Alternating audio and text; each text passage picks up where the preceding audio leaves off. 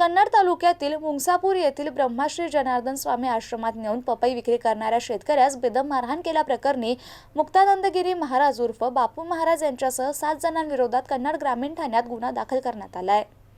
पोलिसांनी दिलेल्या माहितीनुसार मंगळवारी सकाळी जेहूर येथील शेतकरी बबन जयंतराव पवार हे नेहमीप्रमाणे आश्रमात पपई विकण्यासाठी गेले होते।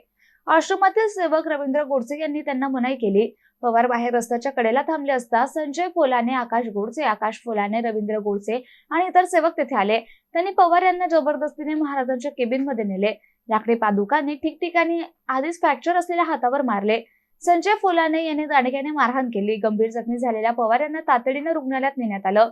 उपविभागीय पोलीस अधिकारी अपराजिता अग्निहोत्री यांच्या मार्गदर्शनाखाली सहाय्यक निरीक्षक रामचंद्र पवार आणि जमादार संदीप कनकुटे तपास करतायत। शेतकरी बबन पवार यांना झालेल्या मारहाणीच्या निषेधार्थ बुधवारी जेहूर येथे ग्रामस्थ आणि स्वाभिमानी शेतकरी संघटनेच्या वतीने कडकडीत बंद पाळण्यात आला। व्यापाऱ्यांनी आपली प्रतिष्ठाने स्वयंस्फूर्तीने बंद ठेवली होती। यावेळी महाराजांच्या विरोधात जोरदार घोषणाबाजी करत आरोपींवर कठोर कारवाई करण्याची मागणी करण्यात आली आहे। Devidas Thorat, MCN news, Kannada.